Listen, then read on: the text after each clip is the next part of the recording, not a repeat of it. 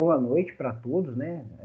Vocês que estão acompanhando as aulas pelo Skype, né? Eu sempre digo, né, que esse é um momento diferente. Eu nunca tinha passado por nada parecido em termos de aula, tá? Obviamente que ninguém nunca passou por uma situação como essa na vida, mas eu nunca gravei tanta videoaula como eu tenho gravado agora, né? Inclusive, eu criei um canal no YouTube para facilitar o acesso. Muito posteriormente, muito provavelmente, melhor dizendo, no futuro eu vou remodelar esse canal com vídeos curtos sobre assuntos que eu considero mais relevantes em termos de direito constitucional. Mas por enquanto, né, o canal está sendo um canal dirigido a vocês, né? Aqueles que têm dificuldade de acesso no Moodle, ou às vezes uma pessoa, né, que não tenha no computador ou no celular, né, uma facilidade maior, né, de acessar aquela plataforma, e eu fiz questão de criar mais esse canal. E além disso, né, além de ser um semestre diferente nesse aspecto, é também um semestre diferente para mim, porque foi a primeira vez, né, que eu recebi a incumbência de lecionar a disciplina de Direito Tributário. Olá, Brenda, tudo bem? Vocês sabem, né, o professor de Direito Tributário do Isabela sempre foi o Rafael, né, pelo menos durante aí todo o tempo em que eu estive no Isabela, quase sempre a disciplina de Direito Tributário foi ministrada por um tributarista, mas o Rafael ele resolveu, né, pedir para sair há um tempo atrás. Ele estava com pouca turma, estava com uma demanda muito grande no escritório e ele optou por sair. E eu fiquei com a incumbência, né, de lecionar essa disciplina de Direito Tributário 1, que é uma disciplina que tem muito contato com o direito constitucional. E é uma disciplina com a qual eu tenho uma afinidade, porque durante, né, meus tempos de estágio e até mesmo no princípio, né, da advocacia, eu tive um contato, né, com o direito tributário. Eu sempre falo isso, né, que fiz um estágio muito interessante no escritório na época do Boson. Na verdade, o nome era Boson e Alquimim, né? Mas hoje esse escritório ele já foi inclusive dividido, né? Um dos sócios é um tributarista bastante conhecido, que é o Alexandre Alquimim. Inclusive ele é sócio do Marcelo Jabor, que foi coordenador do curso. Então eu trabalhei com o Alexandre Alquimim e posso dizer assim que é uma satisfação muito grande para mim lecionar essa disciplina, aprender com vocês, né? E obviamente, né, tentar de alguma forma passar para vocês as melhores, né, informações e o maior conteúdo possível. E dentro dessa linha, né, a gente vem ao decorrer das aulas cumprindo, né, o nosso conteúdo programático. Aqueles que estão acompanhando a nossa disciplina e as nossas aulas desde o início percebem que nós já estamos estudando a obrigação tributária, e a próxima matéria acaba sendo um reflexo disso, né? Acaba sendo uma sequência, né, do estudo da obrigação tributária, com um olhar mais específico para a questão da responsabilidade tributária, né? Desculpem, pessoal, hoje eu estou recebendo aqui ligação do 011 o dia inteiro na minha casa e no meu celular. Não sei por que não. Se eu tivesse devendo, eu estava preocupado. Como não estou, então estou tranquilo. Bom, então, diante disso que eu acabei de dizer para vocês, né, a gente tem uma matéria bem em dia, e eu quero hoje, sem muita correria, estudar com vocês os elementos que faltavam da obrigação tributária, né, matéria que a gente começou a estudar na aula passada. Então, se você está com o seu material aí, nós estamos estudando, né, obrigação tributária, capítulo 6. Eu, na aula passada, projetei para vocês essa linha do tempo, que eu vou projetar agora também. Expliquei a diferença entre hipótese de incidência, que é uma previsão abstrata de uma situação fática tributável, o fato gerador, que é uma situação concreta em que efetivamente se materializa no mundo da vida, né, a hipótese de incidência, esta situação fática materializada no mundo da vida é condição para que nós tenhamos a obrigação tributária, né? A obrigação tributária, então, ela nasce com o fato gerador, mas ela não se confunde com o mero fato gerador, porque há elementos na obrigação tributária para além do fato gerador, né? A obrigação tributária, vocês viram, uma relação jurídica que vincula o credor ao devedor, né? E esse vínculo ele faz nascer para o credor o direito de receber determinada coisa e faz nascer para o devedor um dever, né, de cumprir uma prestação. Como nós estamos falando de uma obrigação tributária, esta prestação pode ser uma prestação de dar dinheiro, ou uma prestação de fazer ou não fazer, se nós estivermos a nos referir a uma obrigação acessória, né? Ou, melhor dizendo, né, a gente viu na aula passada, nós temos a obrigação principal e a obrigação acessória. Se nós estivermos nos referindo à obrigação principal, nós estamos então falando de uma obrigação que vai exigir do devedor uma prestação de dar. Se nós estivermos falando de uma obrigação acessória, nós estaremos falando de uma obrigação que exige do devedor uma prestação de fazer ou não fazer. Bom, tudo isso nós vimos na aula passada. Eu pontuei ainda, né, que após o nascimento da obrigação, você tem o lançamento. O lançamento é um ato administrativo, né, que vai quantificar, né, o crédito tributário, e é a partir do momento em que se dá o lançamento em que nós teremos a possibilidade, né, de exigir o cumprimento administrativo da obrigação tributária. E na aula passada, né, após trabalhar o conceito de obrigação tributária, trabalhar essas questões, né, do dever e da exigibilidade, da execuibilidade, nós começamos a estudar os elementos da obrigação tributária. Falei do sujeito ativo, credor, ele é quase sempre uma pessoa jurídica de direito público, porque o sujeito ativo da obrigação tributária quase sempre coincide com aquele ente político que detém a competência tributária, aquele que tem a competência para instituir o tributo. Geralmente é quem cobra o tributo e quem efetivamente, né, vai receber a receita dele proveniente e vai gastar essa receita.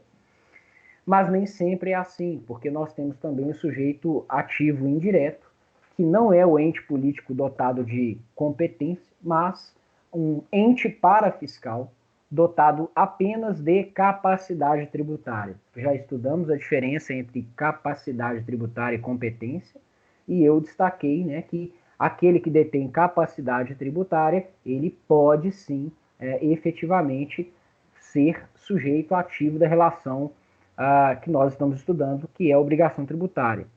Só que nesse caso, ele não institui a cobrança, ele só cobra e fiscaliza efetivamente aquilo que está sendo objeto de tributação, tá?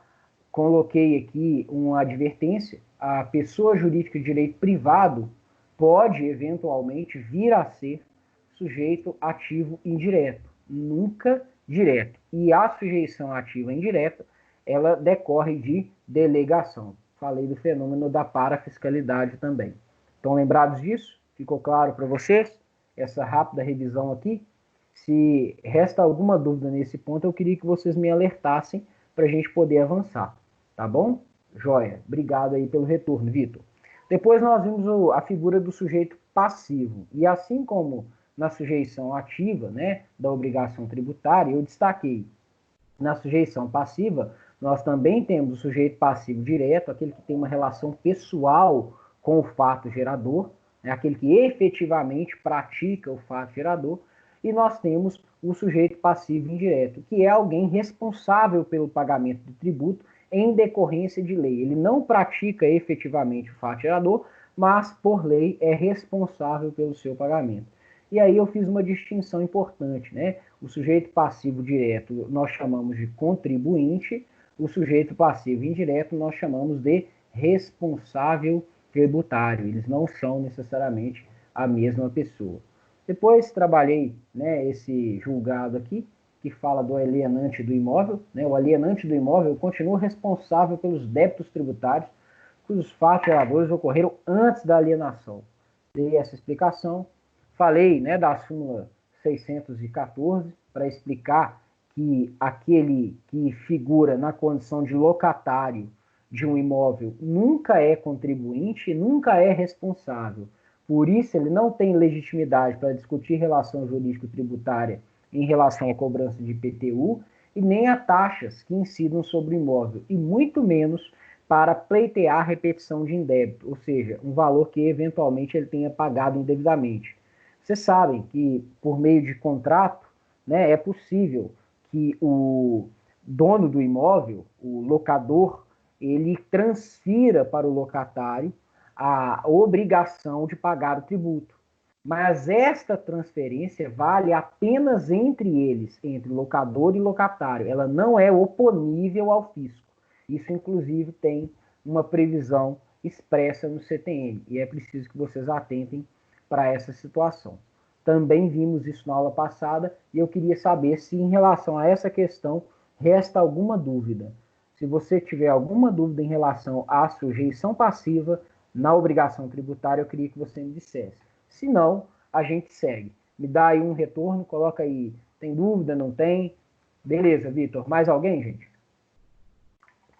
Eu tô vendo que a Brenda tá caindo bastante, né? Depois, se for o caso, Brenda, você assiste a gravação, tá bom? Se sua internet estiver instável. Mais alguém, gente? Eu recebi um retorno do Vitor aqui. Karina, Bárbara, Isabela, Sandra. Vocês entenderam essa parte? A gente pode dar sequência. Eu estou fazendo aqui uma rápida revisão daquilo que nós vimos na aula passada, gente. Joia, joia. Beleza, Brenda. Me dá um retorno aqui, gente. Não me deixa falando sozinho, não. Ah, joia. Beleza, beleza. Tranquilo, Karina. Se você não estiver conseguindo assistir hoje, você depois assiste a gravação, tá bom? Eu estou fazendo uma revisão daquilo que nós vimos na aula passada. Depois, gente, a gente começou a estudar o objeto da obrigação tributária, que é a prestação. O objeto da obrigação tributária, deixa eu voltar aqui, me colocar e depois eu vou projetar de novo. Isso é importante. O objeto da obrigação tributária, muita gente acredita que nada mais é do que a prestação de dar, né?